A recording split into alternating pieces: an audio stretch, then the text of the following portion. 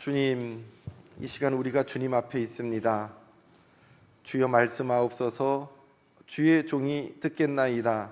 예수님 이름으로 기도드리옵나이다. 아멘. 2024년도가 이제 한 사흘밖에 남지 않았네요. 하나님께서 여기까지 에베네셀로 이끌어 주시고 동행해 주시고 은혜 주신 하나님의 은혜를 감사합니다. 우리는 이 한 해를 여기까지 같이 오지 못한 성도들도 보았습니다. 하나님의 부르심 가운데에 동행할 수 없는 자리도 보았습니다.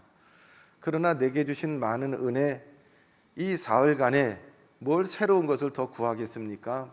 더 많은 것을 벌리겠습니까? 주신 은혜 돌아보면서 감사하고, 또 혹여라도 하나님 앞에 감당치 못한 귀한 사명 받았는데 감당치 못했던 것 돌아보면서 용서를 구하고, 또 우리 잘 기도하는 대로 알고 지은 죄 모르고 지은 죄 하나님께서 깨닫게 하시고 하나님 앞에 구하고 용서를 받는 귀한 시간으로 올 한 해 남은 사흘을 살아갈 수 있길 주님의 이름으로 축복합니다.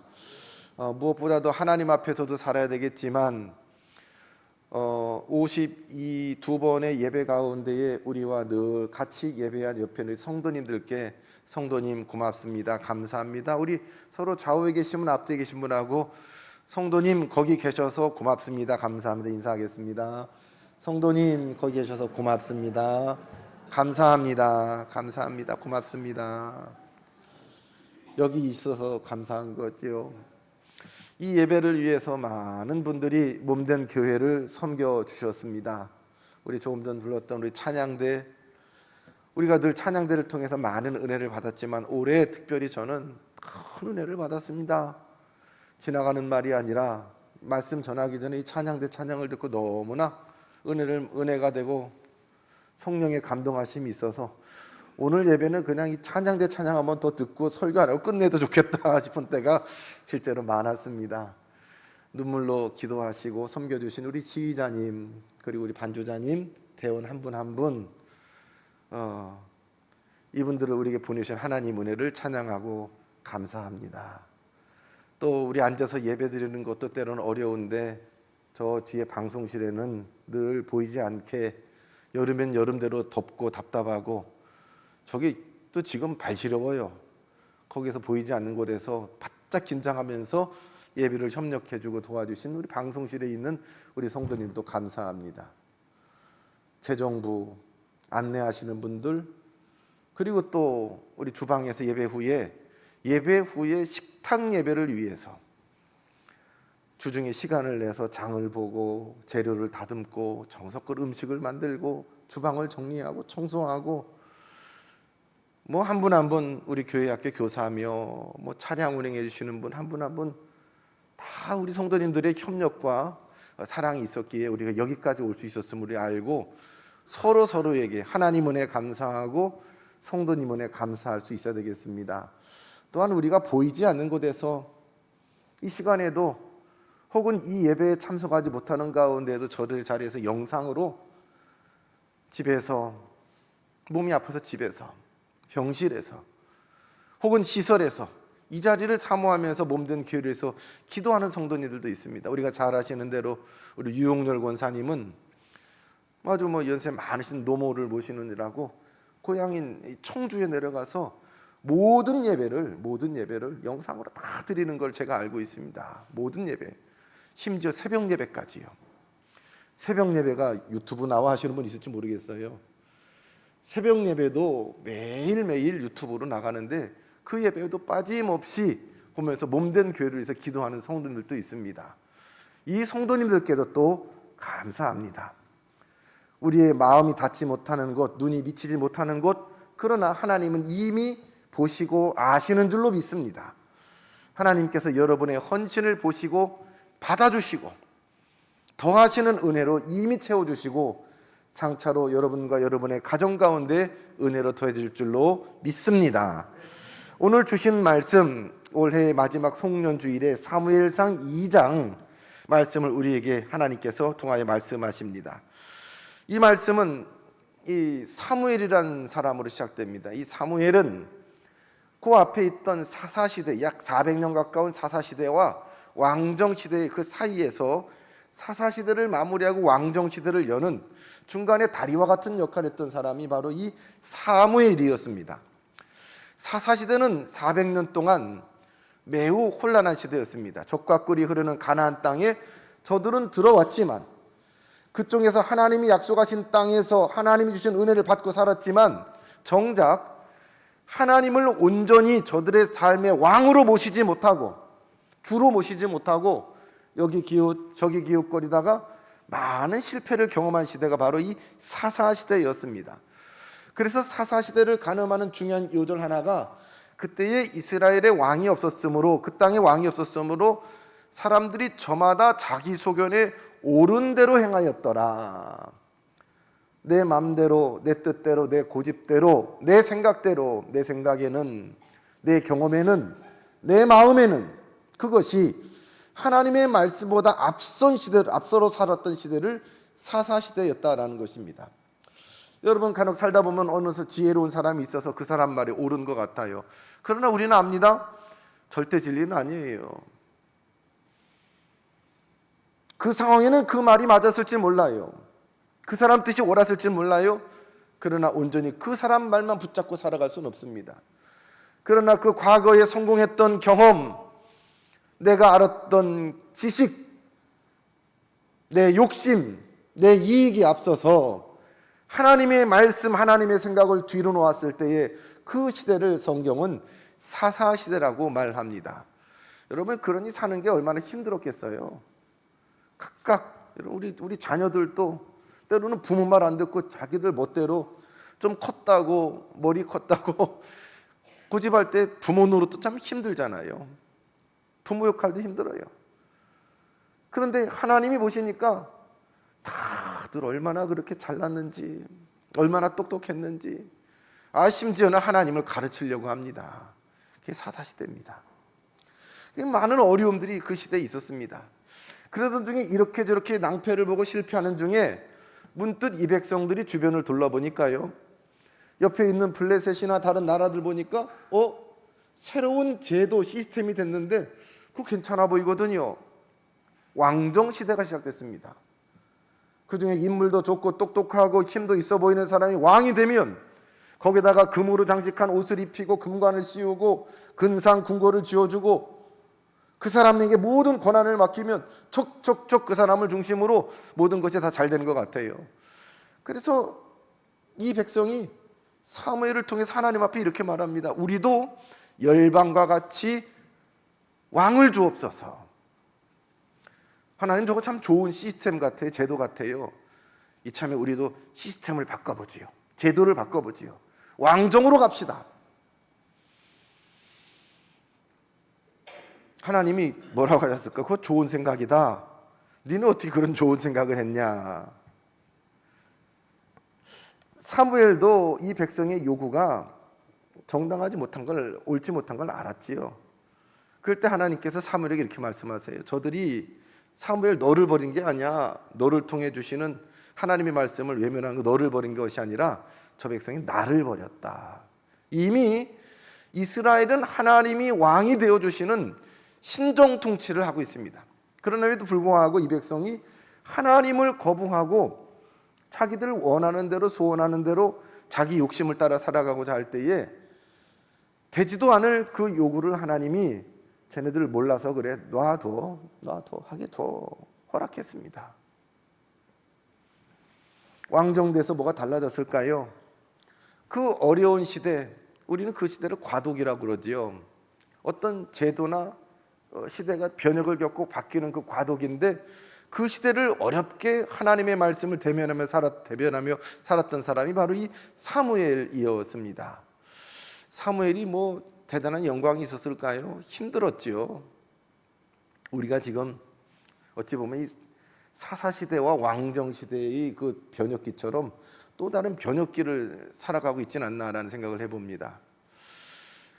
우리 세대가 참 힘들어. 뭐 그런 얘기들을 우리 어른들 많이 합니다. 전쟁 끝나고 베이비붐 세대에 우리가 태어나서 경쟁도 치열하고 뭐도 하고 뭐 어떻고 뭐 학교에 한 반에 우리 몇 명이 있었고 우리가 어떻게 일을 했고 우리는 이런 고생을 했는데 우리 아래 자녀 세대는 이런 걸 몰라. 우리는 낀 세대야. 끼어있다. 낀 세대야. 우리는 참 어려운 과도기를 살았어 라는 이야기를 저는 저희보다 위에 있는 윗세대들한테 듣고 살았습니다. 근데 지금 그 얘기 지금도 하더라고요. 지금 세대 사람도 우리는 지금 과도기를 살고 있어. 어찌 보면 우리는 전쟁 이후에 한국 전쟁 이후에 참 가난하고 어려운 시대를 살았고 또 가난하고 어려운 특별한 상황 가운데에 군사 독재 정부를 우리가 맞았고 그 가운데 경제 성장이 이루어졌고 그다음에 민주화 운동 이후에 또 민주화 시대를 살고 있는 것으로 알겠는데 지금 문득 최근에 우리가 경험하고 있는 것을 보니까 이건 뭔가 우리가 이만큼 왔다 싶은데 실제로 보니까 이만큼 온 게 아니라 이만큼이에요. 껍데기는 이만큼 다 온 것 같은데 이게 아직 멀었구나라는 생각에 참 우리가 우리의 한계를 돌아보는 단면을 우리가 보지 않습니까? 우리의 치부가 드러나고 약점이 드러나고 현실이 드러나는 것은 속상하지만 이만큼 온 줄 알았는데 실제로는 요만큼밖에 안 왔을 때는 안타깝고 속상하고 사기가 떨어지지만 그것을 아는 것은 분명 은혜입니다. 병원에 가서 건강검진을 받습니다. 멀쩡하게 잘 병원을 갔는데 건강검진을 받았더니 당신 여기 무슨 종양이 있습니다. 여기에 뭐가 있습니다. 뭐가 툭툭 나오면 나올 때는 벌써 환자가 돼가지고 나와요. 환자가 돼서 나와요. 그러나 분명한 것은 밝혀지는 것은 은혜입니다. 아는 것은 은혜입니다. 모르는 것을 알고 병든 것을 알고 모자른 것을 아는 것은 은혜입니다. 아는 척한 것은 오만입니다. 특별히 하나님의 자녀들에게 알게 하시는 것은 드러난 것을 고치시고 회복하시는 하나님의 놀라운 은총이 있기 때문입니다. 그러므로 하나님 앞에서 우리가 발견되어질 때에 우리의 연약함도 우리의 병든 것도 우리의 현실도 깨닫게 하신 다음에는 당장에 실망스럽지만 분명히 그것은 은혜입니다. 왕을 구하는 이 시대에 사사시대의 끝에 왕정으로 가는 이 시대에 그 시대는 이미 어두움이었습니다.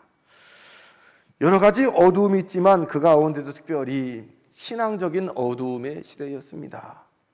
하나님을 하나님으로 여기지 않고 하나님을 섬기는 예배의 껍데기는 있었지만 하나님을 향한 존중함이 없는 그 중심에 하나님을 향한 갈망함이 없는 껍데기만 있는 외면만 가득한 예배, 영적으로 암흑한 시대였습니다. 이런 시대를 배경으로 오늘 본문 사무엘상이 시작됩니다.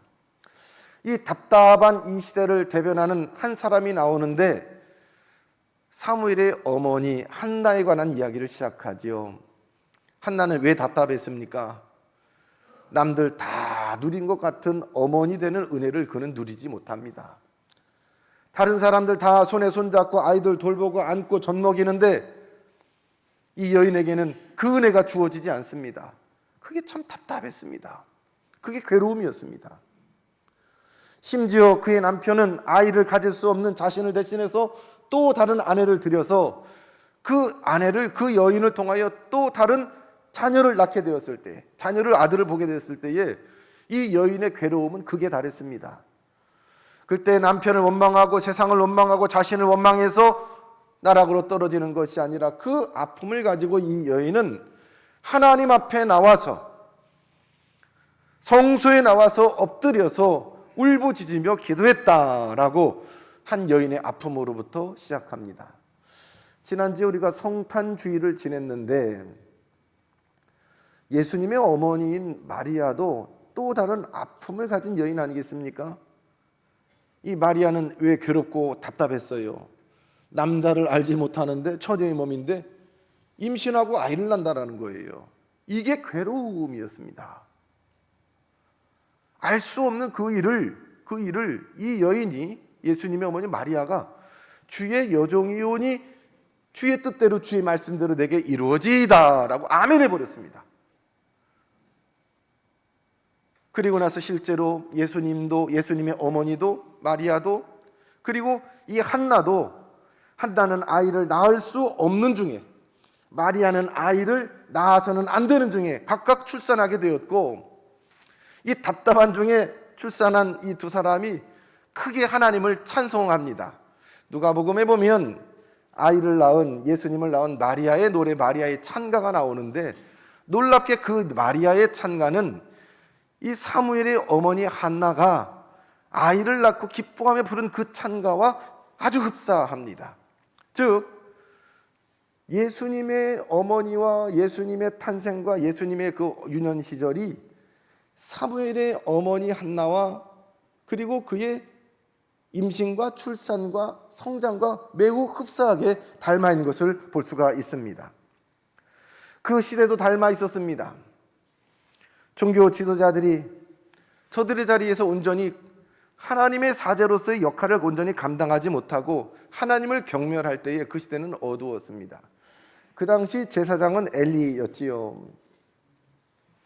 엘리에 관해서 아니요, 그 성경에 보면은 그 외형적으로 그림을 보듯이 막 표현해주고 있는데, 몹시 비둔했습니다. 나이 들고 살이 뒤룩뒤룩 쪘습니다. 그리고 눈이 어두워졌다. 그 분별력이 없는 겁니다. 껍데기가, 외면이 이게 살이 뒤룩뒤룩 찌고 비둔해지고, 그리고 그 말의 능력이 없고 판단을 하기 어려운 영적 지도자. 그리고 그는 늘 의자에 앉아 있습니다. 늘 의자에 앉아서 졸고, 결국 제일 마지막에도 엘리가 어떻게 죽냐면은 자기 두 아들이 전쟁에 나가 죽었다는 얘기를 듣고 충격을 받아서 의자에서 넘어졌는데 그러면 목이 부러져 죽어버렸습니다.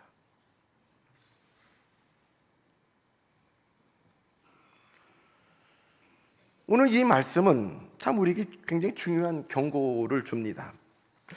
코로나 와중에 우리 성도님들하고 이 시대를 온전히 우리가 분별하지 못하고 우리가 모두가 생각하지 못했던 불편한 상황을 하나님 앞에서 온전히 해석해내고 풀어내지 못하고 우리가 하나님 앞에 변화해야 될 변화를 갖지 못한다면, 그저 이 코로나만 빨리 지나게 해주세요라고 한다면 이 상황은 얼마든지 더 악한 모습으로 이렇게 다가올 수 있다라는 경고의 메시지를 우리가 이 자리에서 여러 차례 나눴던 적이 있습니다.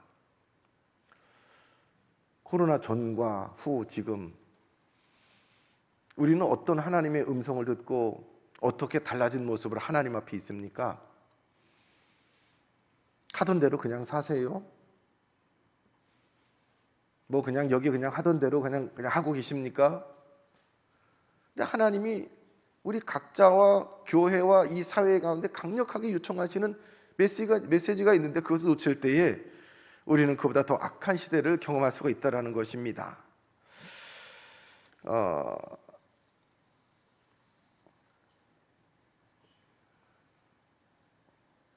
그 시대는 하나님의 말씀이 희귀했다, 이상이 흔히 보이지 않던 영적 암흑의 시대였다라고 이야기합니다.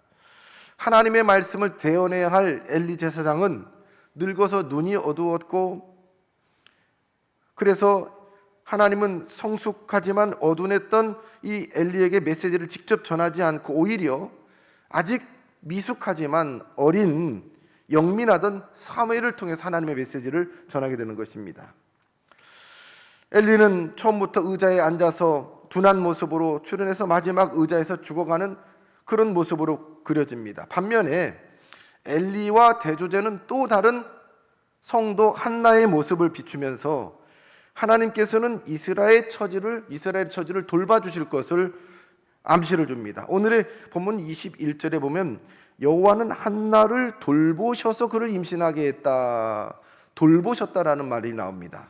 이 돌보셨다라는 원어 파카드는 이스라엘 백성들이 광야에서 신음할 때에 그 백성을 신음소리를 외면하지 않고 못 들은 척하지 않고 귀 기울이시고 그들의 형편을 돌아보셨다는 말하고 같은 어원이 쓰여지고 있습니다. 즉 이 여인의 그 비천함에 처해서 하나님 앞에 엎드려 눈물의 간구를 드리는 한나를 보면서 우리는 하나님 앞에 곤란한 일을 당할 때에 어떤 모습으로 하나님 앞에 있어야 되는가? 의자에 앉아서 비둔한 몸을 굴리면서 죄치고 있는 것이 아니라 하나님 앞에 엎드려서 어떤 자세와 행동으로 하나님 앞에 설 때에 이 위기 상황을 겪어 나갈 수 있을지, 헤쳐나갈 수 있을지 우리는 보여주는 은유의 모습이 나타날 수 있습니다. 오늘 본문은 특별히 이스라엘을 새 시대로 인도할 지도자가 어떻게 하나님의 은총과 사랑을, 가정의 사랑 없어 양육되었는지를 보여주고 있습니다.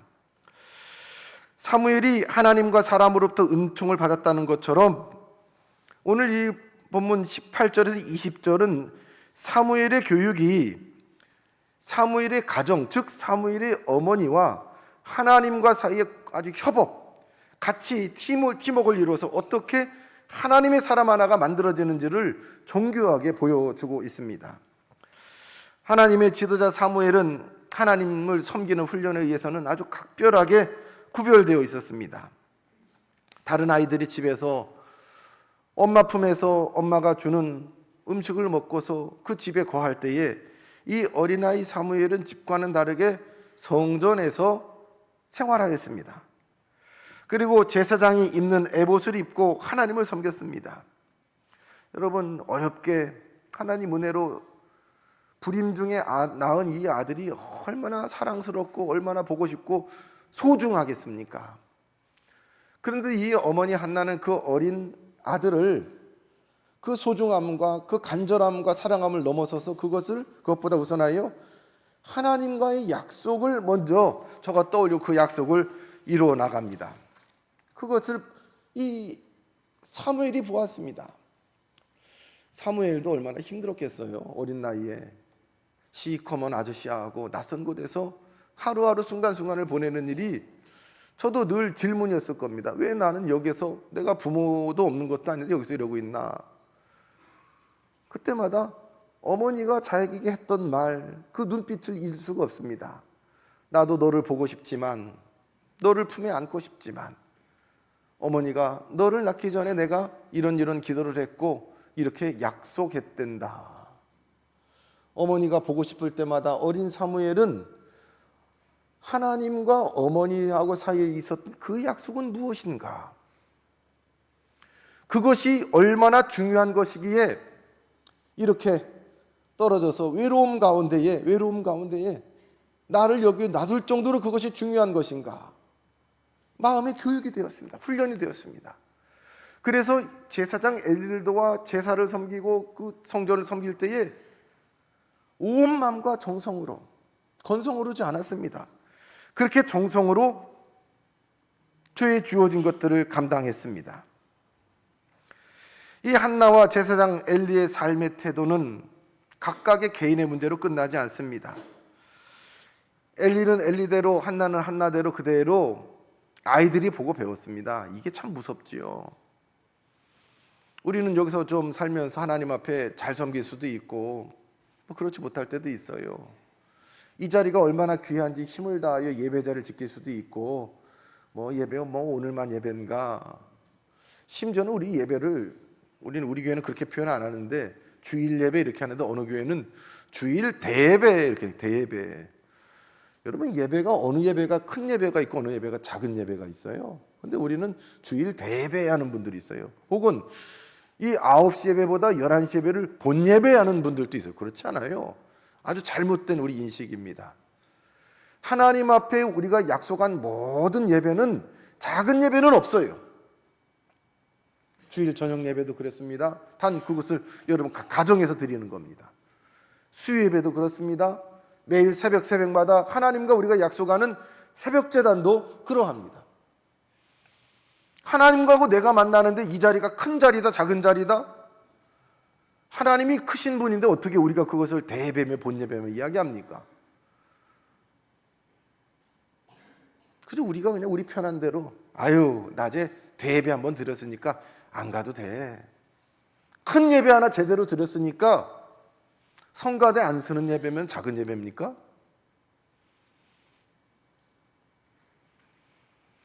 이 한나와 한나의 아들 사무엘은 하나님 이름 붙은 모든 것을 존귀히 여겼습니다. 하나님 앞에서 저희들의 심령이 살아서 늘 존귀히 여겼습니다. 작은 것 하나도 함부로 자기 기준으로 작다 크다 하지 않았습니다. 여러분, 달란트 비유를 보면 주인이 돌아와서 그 종들이 했던 것을 계수하죠. 심판하죠. 근데 5달란트, 2달란트 맡은 사람에게 이 주인이 뭐라 그래요? 잘하였도다. 착하고 충성된 종아, 내가 적은 일에 충성하였음에, 적은 일을 적다고 하지 않고 충성하였음에 내가 많은 것으로 내게 맡기겠다. 이 얘기는 뭐예요? 많다 적다 판단하지 않고요, 주인을 보고 한 거예요. 주인이 크기 때문에 일이 중요하다, 크다, 적다, 이거 바라보는 거 아니에요. 아유, 뭐 그런 일은 장로들이나 해야지, 장로님들 해야지, 나 같은 뭐 집사가 할 수 있어? 여러분, 그러면 그 사람 일이지요. 그러나 하나님이 내게 맡기신 일은 큰 일, 작은 일이 없어요. 하나님 그분이 크신 분이기 때문이에요. 그것을 사무엘도 어머니 한나를 보면서 배웠습니다.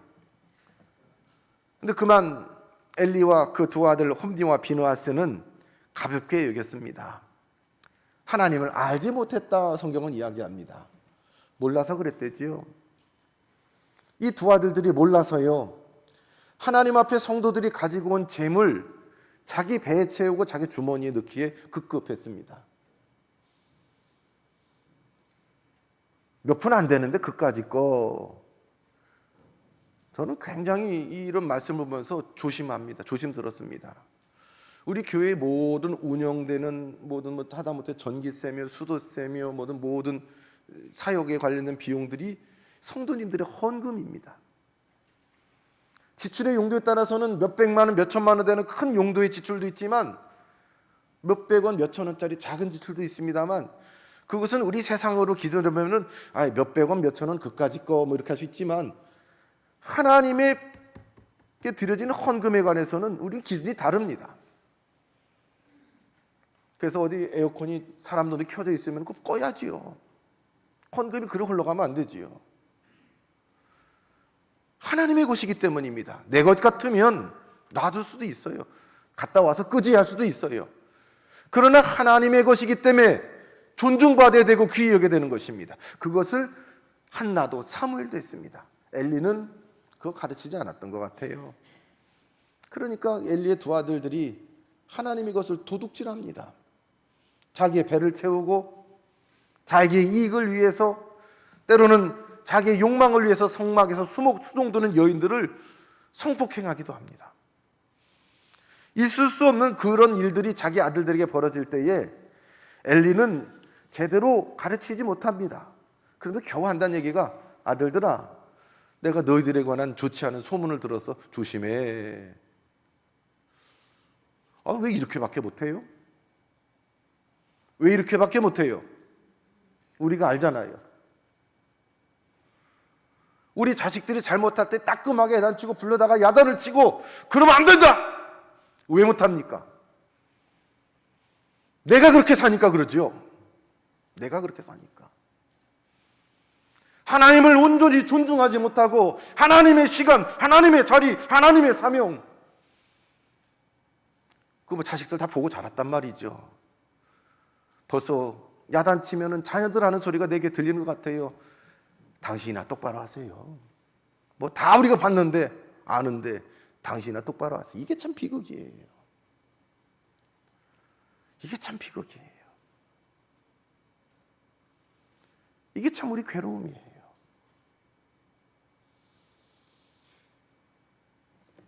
제가 아는 저쪽 대구에서 목회하는 어느 친구 목사님, 이 카카오톡 프로필이 있잖아요. 우연히 그 목사님 프로필을 보니까 거기다 그렇게 써놨어요. 목사 된 죄, 이렇게 써놨어요. 목사 된 죄. 아이고, 그게 얼마나 그 짧은 몇 글자가 마음에 확 와닿는지 눈물이 핑 돌더라고요. 목사 된 죄가 뭘까요? 남편이 목사 된 죄, 우리 자식들 앞에서 애비가 목사 된 죄, 성도들 앞에서 목사 된 죄, 목사면 목사답게 부인 앞에, 자녀들 앞에, 성도들 앞에 살아야 되는데, 당신 어떻게 목사가 그래? 아니, 우리 아버지 목사인데도 이렇게 하더라. 이게 죄가 돼버렸어요. 목사답게 살지 못한 게 죄가 됐어요. 그 괴로움을 목사된 죄 이렇게 놨어요. 목사니까 목사 얘기하는 거예요. 참 저는 마음에 하나님 앞에 늘 그 기도를 합니다. 하나님, 내 생명이 끝나기 전에 사람으로 나를 이 땅에 보내셨는데 사람답게 한번 살고 하나님 앞에 가게 해주세요. 사람이 뭔지도 모르고 살고 가는 분들이 너무 많더라고요. 사람처럼 살지 못하는 분들이 많아요.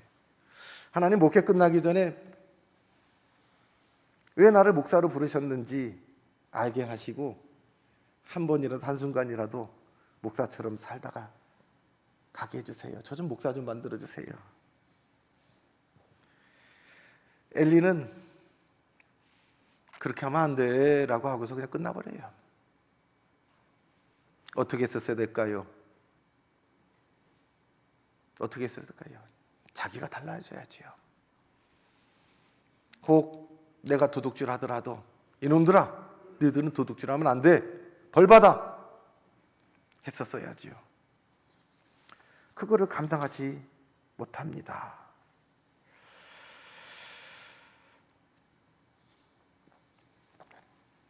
이러한 이 백성을 바라보면서 하나님은 하나님의 사람을 통해서 엘리의 집을 심판하시고 저주하시는데, 오늘 주신 말씀보다 뒤로 쭉 내려가면 30절에 보면, 그러므로 이스라엘 하나님 나 여호와가 말하노라, 내가 전에 내 집과 내 조상의 집이 내 앞에 영원히 행하리라 하였으나 이제 나 여호와가 말하노니 결탄코 그렇지 아니하리라.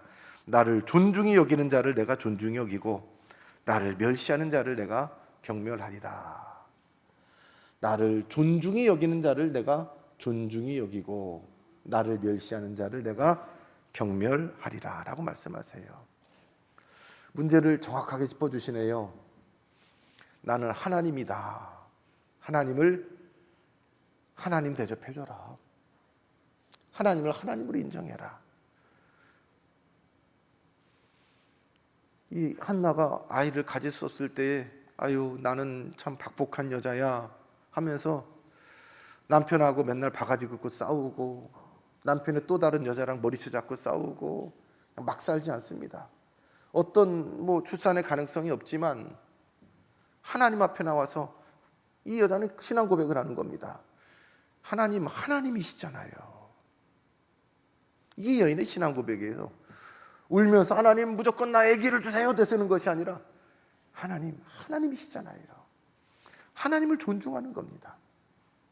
예수님의 어머니 마리아가 남자 손 한 번 안 잡았는데 아이를 낳는다고 그러니까 기가 막힌 상황이지만 어떻게 주의 여정이 오니 주의 뜻대로 내게 이루어지다 이렇게 고백할 수 있습니까? 하나님을 하나님으로 존중하는 겁니다. 내가 도대체 이건 받아들일 수 없는, 이해할 수 없는 일이지만 하나님이 하시면 아멘입니다.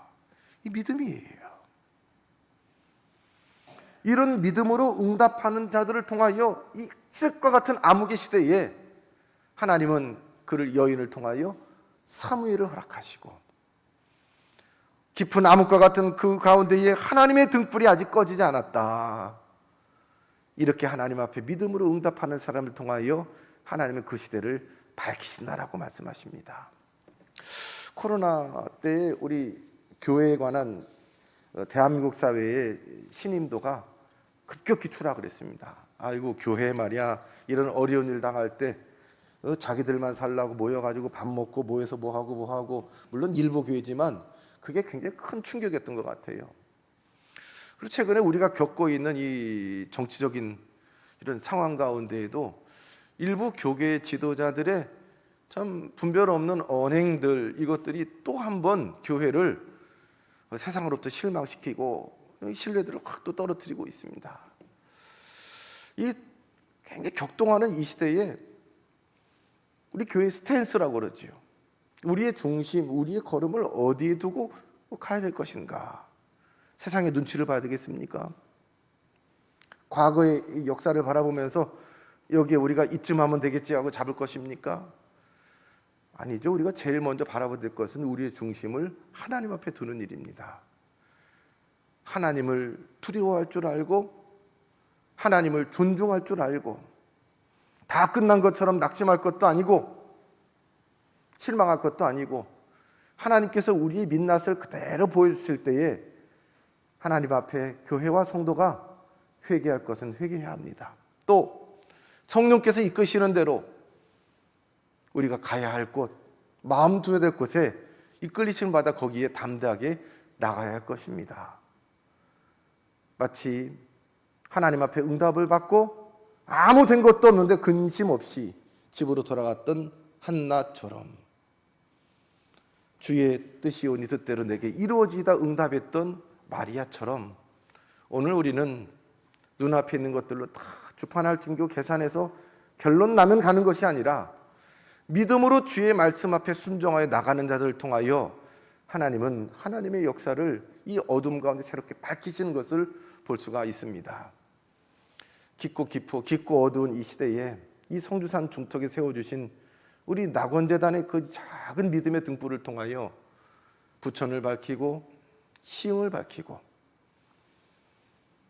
하나님이 세상을 이처럼 사랑하사 하나님이 사랑하시는 이 땅의 모든 인생들 앞에 하나님의 사랑을 예수 그리스도 통한 하나님의 사랑을 밝히 비춰주는 우리 교회와 성도 되길 주님의 이름으로 축복합니다.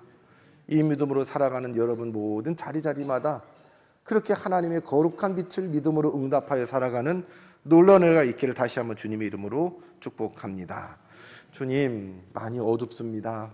많이 춥습니다. 많이 움츠러들어서 저마다 자기의 자리에서 움츠러 숨어서 나오지 않습니다. 이 어두운 시대에 우리로 등불 삼아 주셔서 소금 삼아 주셔서 이 시대를 살게 하셨사오니 주님, 주께서 허락하신 대로 우리의 맛을 내게 하시고 한 치 앞도 보이지 않는 그곳에 길을 비춰낼 수 있는 등불의 사명을 우리에게 감당케 하옵소서. 예수님 이름으로 기도드리옵나이다. 아멘.